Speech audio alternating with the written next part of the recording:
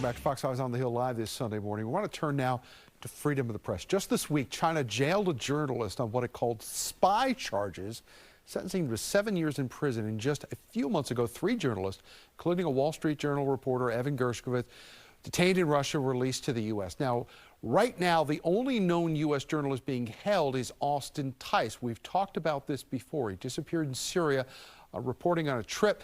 Press freedom around the world and around the globe is not a given. A new organization, though, to support the freedom of journalists to do their job has just been launched. It is our pleasure this morning to welcome back Bill McCarren, the former executive director of the National Press Club. He's going to lead this new Press Freedom Center. And Jason Rezaian, you know, from the Washington Post, he's also working with the new center. He was the director of the Press Freedom Initiatives for the Washington Post as a journalist.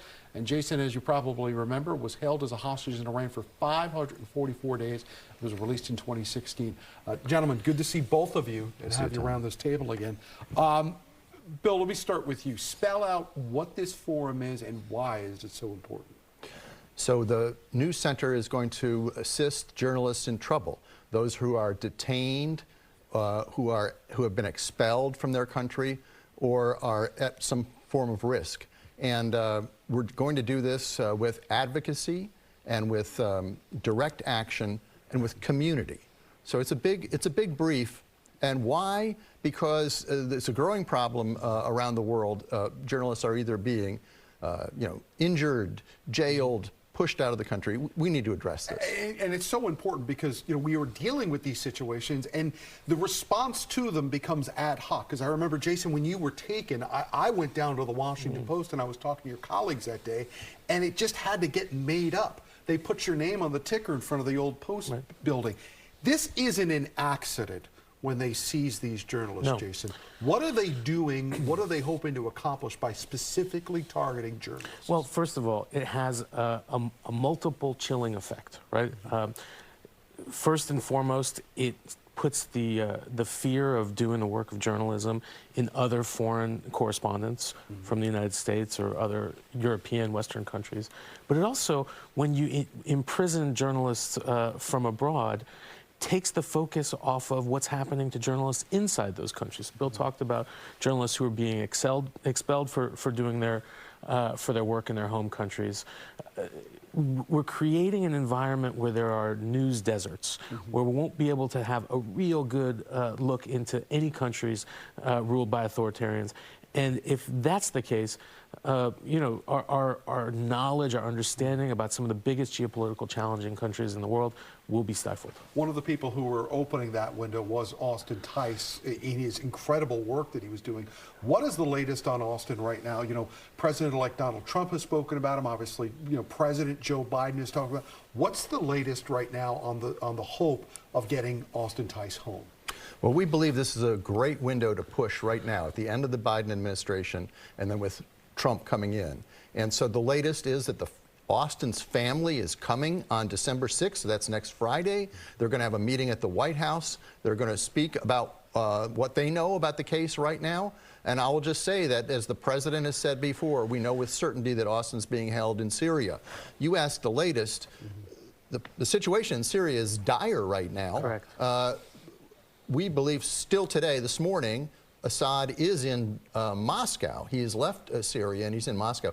Now, the U.S. has had a better relationship in terms of these hostage situations with Russia than we have had with Syria. So we're hopeful now that there is a window, and we want to really see the administration do all it can to bring him home. Jason, when you were doing your job, an elevator door opened one day and you got a gun in your face. I would read your work before that happened and learn things about Iran that I never knew. Why do these totalitarian governments seem so scared of letting us know what's going on in their country?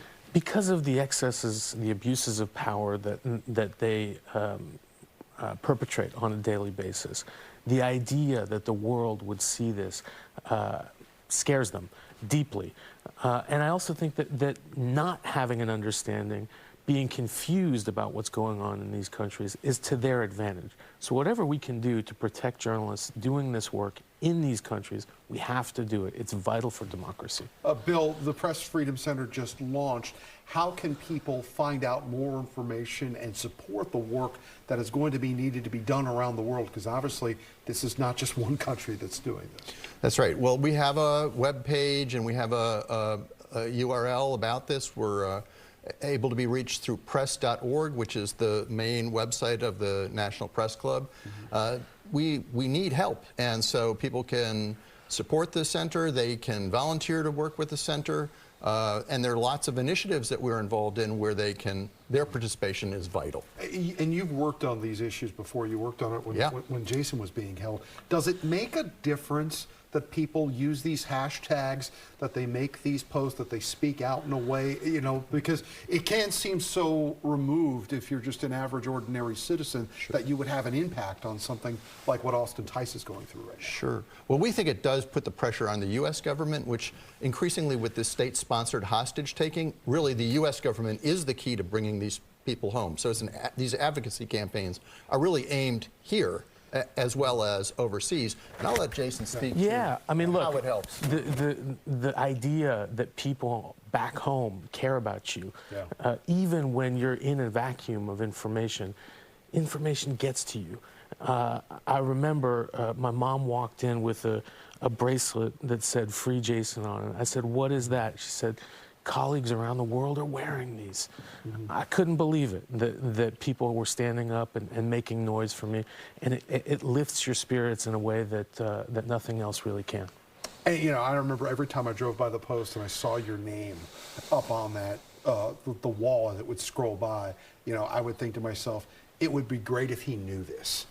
You know, and to hear that you did know about some of it. On day one, I had no idea. And, you know, as little trickle of knowledge and information flowed into those prison cells, it made it like oxygen for me. You know, it kept me going. Gives you something to hold on to. Yep. Bill McCarren, always a pleasure. Jason Rezaian, great to have you back here. And folks can look online, find more information about the Press Freedom Center, and of course, the plight of freeing Austin Tice remains. So thank you for joining us. Thank you. Tom. All right.